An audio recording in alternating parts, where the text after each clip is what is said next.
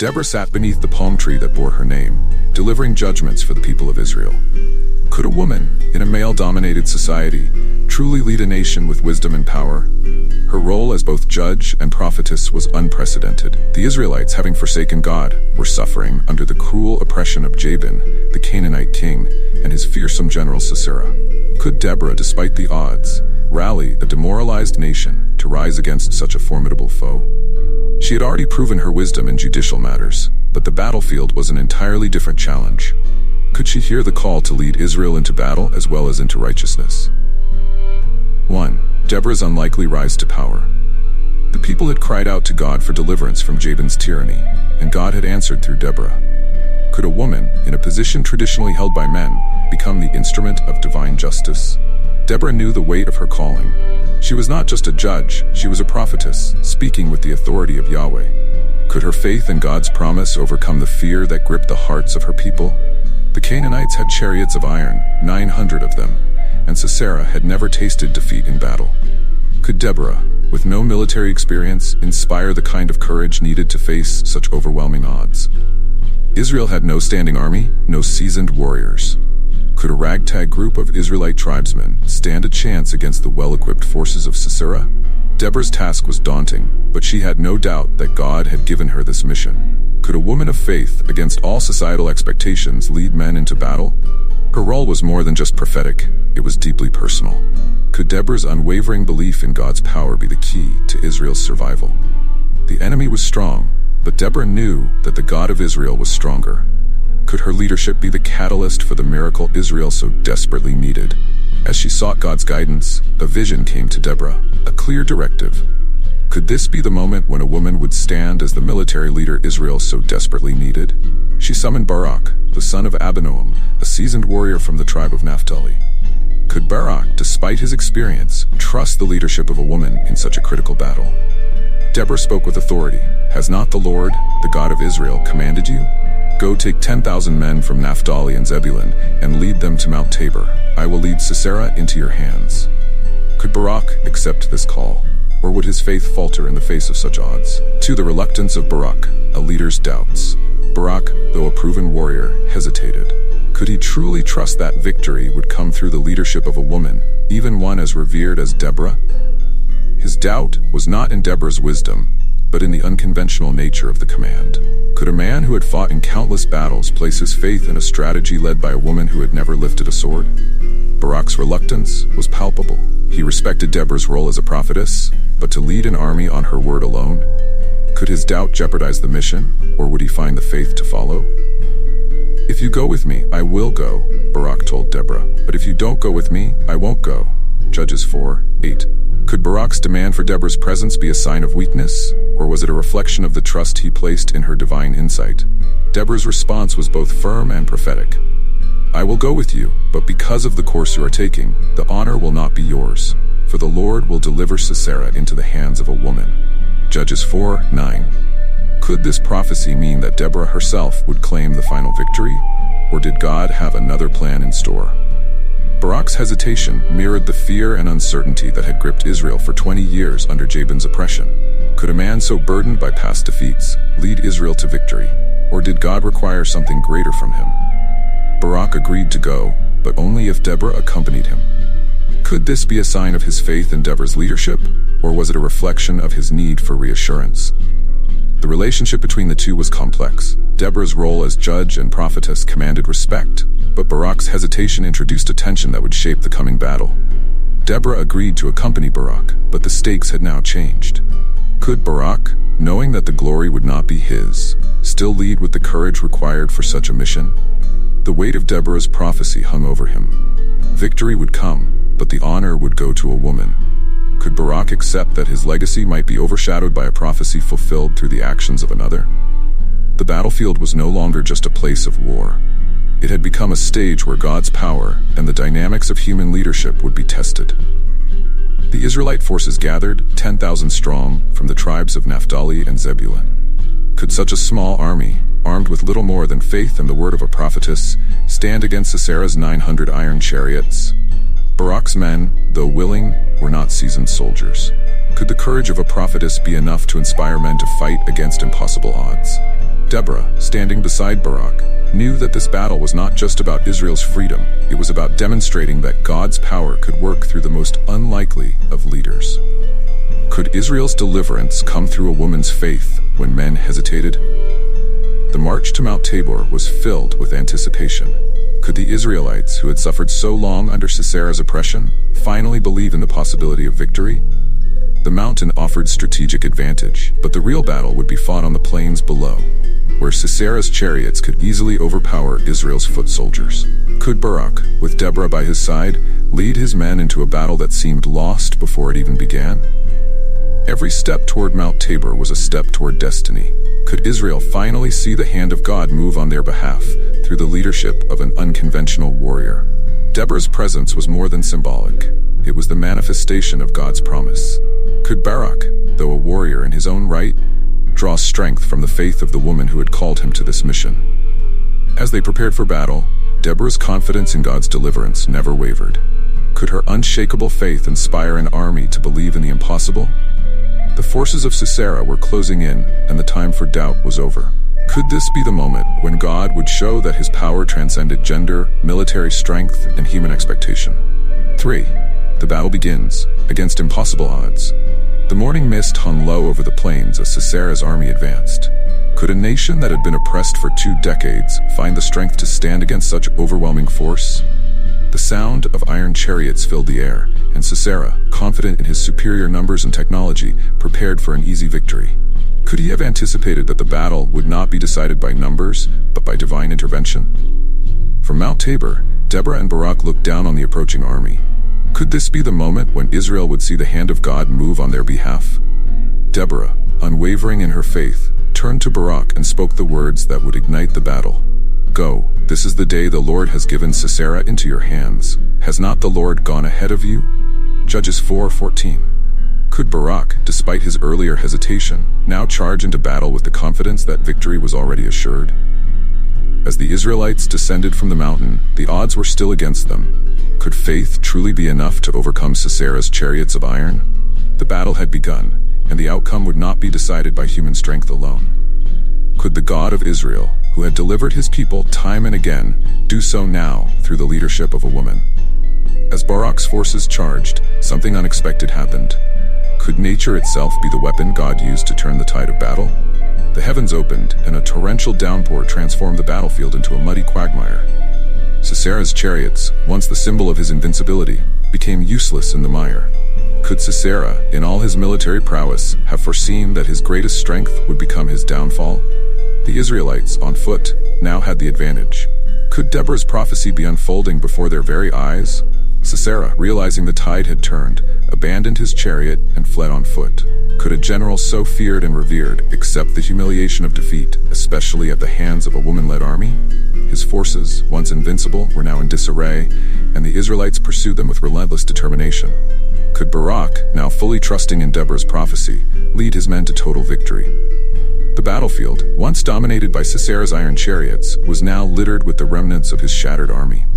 Could Israel, after years of suffering, finally taste the sweet victory that God had promised? The battle was over, but the prophecy had yet to be fully realized. Could Sisera, the architect of Israel's oppression, escape the fate that awaited him? While Barak continued to pursue the remnants of Sisera's army, the general himself sought refuge in the tent of a woman named Jael. Could Sisera, in his desperation, have known that he was walking into the hands of the very woman destined to fulfill Deborah's prophecy? Jael welcomed him, offering him milk and a place to rest. Could Sisera have felt a sense of safety, unaware that his fate was already sealed? As Sisera slept, exhausted from battle, Jael took a tent peg and a hammer in her hand. Could a simple woman, with no military training, be the one to deliver the final blow in this divine drama? With steady hands, she drove the tent peg through Sisera's temple, killing him instantly. Could anyone have predicted that the prophecy would be fulfilled not by Deborah herself, but by another woman entirely? Sisera, the once mighty general, lay dead at the hands of a woman, just as Deborah had foretold. Could this be the ultimate demonstration of God's ability to use the unexpected to bring about his purposes? When Barak arrived at Jael's tent, he found Sisera dead, the tent peg still lodged in his skull. Could he, in that moment, understand the full meaning of Deborah's prophecy? The honor of the victory had indeed gone to a woman, But it was not Deborah who had claimed it. Could Barak accept that his role, though vital, was not the centerpiece of the story? The victory belonged to God, and the prophecy had been fulfilled in the most unexpected of ways. Could Israel now, at long last, celebrate their freedom from oppression? 4. Victory and prophecy fulfilled. The role of Jael. Barak stood over Sisera's lifeless body, the tent peg still embedded in the general's skull. Could Barak have known that this was how the prophecy would be fulfilled, that the glory of the victory would belong not to him or even Deborah, but to an unlikely heroine? Jael, a woman outside the circles of power, had become the key player in Sisera's defeat. Could anyone have imagined that God would use such a humble figure to bring about the final victory? The story had taken a turn that no one expected. Could this be the ultimate sign that God's ways are higher than our ways? Jael's actions were as bold as they were decisive. Could a woman, unaffiliated with Israel's military efforts, have ever foreseen that she would play such a crucial role in God's plan? While Barak and his army had fought valiantly on the battlefield, the final blow was delivered in a quiet tent by a woman armed with nothing more than a tent peg and a hammer. Could this be a testament to the power of obedience, regardless of one's position or status? Jael's bravery was not born out of physical strength, but out of a deep understanding of the moment and the opportunity God had placed before her. Could this be the way God often works, through those who seem insignificant in the eyes of the world? The death of Sisera marked the end of an era of oppression. Could Israel, after 20 long years under Canaanite rule, finally believe that their deliverance had come? Deborah's prophecy had been fulfilled, and the victory had been secured, not just through military might, but through the courageous actions of women, both Deborah and Jael. Could this be a message to the entire nation that God's power knows no limits, not even the societal norms of who should lead and who should follow? God had used unexpected instruments to bring about his will, and the nation of Israel stood in awe of his sovereignty. Could the people now return to the God who had delivered them? Deborah's role in the victory was clear, even though the final glory went to Jael. Could a woman, who had prophesied victory, now stand content in the knowledge that her leadership had paved the way for God's plan to unfold? Deborah had been more than just a judge. She had been the voice of God in a time of chaos. Could her wisdom and courage serve as a lasting example for future generations of what it means to lead with both strength and humility? While she did not strike the final blow, Deborah had led Israel to a place where such a victory was possible. Could anyone doubt that she was the leader God had chosen for such a time as this? The victory over Sisera and the Canaanites was not just a military triumph, it was a spiritual renewal. Could Israel, having seen the hand of God move so powerfully, now commit themselves fully to Yahweh? The defeat of Sisera symbolized more than the end of oppression. It marked the beginning of a new chapter in Israel's relationship with God. Could the people who had once cried out in despair now rejoice in the knowledge that God had not abandoned them? The battle had been won, but the true victory was the restoration of Israel's faith in the God who had delivered them. Could the people now see that God's promises are always fulfilled, even in the most unexpected ways? For Jael, the woman who had delivered the final blow, her actions became legendary. Could a single act of courage elevate a person from obscurity to a place of honor in Israel's history? Jael's name would be remembered alongside Deborah's as a heroine of faith and action. Could her story inspire future generations of women and men alike to recognize that God can use anyone, regardless of their background or position, to fulfill his plans? Jael's tent peg became a symbol of divine justice, wielded by an unexpected hand. Could her bravery remind Israel that God's deliverance often comes from the most unlikely of places? The victory was complete, but the echoes of this battle would reverberate for generations. Could Israel, now free from the tyranny of Sisera, live in the freedom God had given them? Deborah's song, composed after the battle, would tell the story of God's deliverance, of how he had raised up a woman to lead and another to strike the final blow. Could this song serve as a reminder to all who heard it that God's power transcends human limitations? Deborah sang of the victory, of the courage of Jael, and of the God who had delivered Israel from the hand of their enemies. Could anyone who heard this song fail to see the hand of God in their history? With Sisera dead and the Canaanites defeated, peace returned to Israel for 40 years. Could the nation, now restored, finally live in the fullness of God's promises?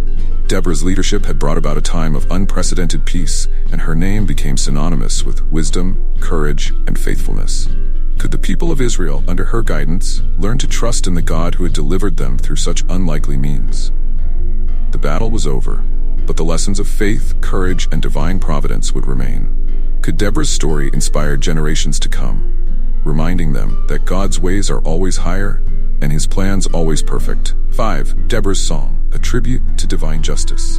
In the aftermath of the battle, Deborah composed a song, a tribute not just to the victory, but to the God who had orchestrated it all. Could a nation, once oppressed, now celebrate their deliverance in song? Deborah's words echoed through the land, a reminder of the power and justice of Yahweh. Could the people, who had been so downtrodden, now lift their voices in praise for the God who had not forgotten them? Her song was not just about the battle, but about the God who had led them through it. Could this be the beginning of a new era for Israel, one where they remembered their covenant with God? Deborah's song celebrated not just the leaders, but the ordinary people who had risen to the challenge. Could those who had once been fearful now find pride in their role in God's victory? She praised the tribes of Naphtali and Zebulun, who had risked their lives on the battlefield. Could her song serve as a reminder that it was not just the leaders, but the faithful obedience of the people that had brought about Israel's deliverance?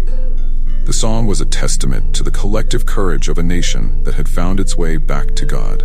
Could the people, having heard their story in song, now commit themselves to living in obedience to Yahweh? But Deborah's song also served as a warning. Could the tribes who had not answered the call to battle now reflect on their failure? She named the tribes that had remained behind, choosing not to participate in the fight. Could her words be a gentle rebuke, a reminder that in times of trial, all of God's people are called to action? The victory had been won, but Deborah's song made it clear that the battle was not just a physical one. It was a spiritual test of faith and courage. Could the tribes who had failed to act now see the importance of standing together as one nation under God? The climax of Deborah's song was her tribute to Jael, the woman who had delivered the final blow to Sisera. Could the people of Israel, hearing her name sung in praise, now understand the significance of her role in the victory?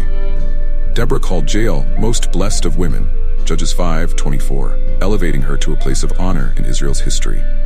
Could Jael's story serve as a lasting reminder that God's deliverance often comes through the most unexpected means? The song immortalized her actions, ensuring that her courage would never be forgotten. Could the people of Israel, inspired by her bravery, find the strength to follow God's call, no matter how difficult? Deborah's song ended with a declaration of divine justice. Could a nation that had been oppressed for so long now understand that God's justice, though delayed, is always certain? She sang of Sisera's mother, waiting in vain for her son to return from battle. Could the image of Sisera's mother, peering through the window, serve as a poignant reminder of the cost of defying Yahweh? Deborah's song was not just a victory chant, it was a reflection on the nature of God's justice and the consequences of opposing his will. Could anyone who heard it fail to grasp the message that God's judgment, though patient, is inevitable?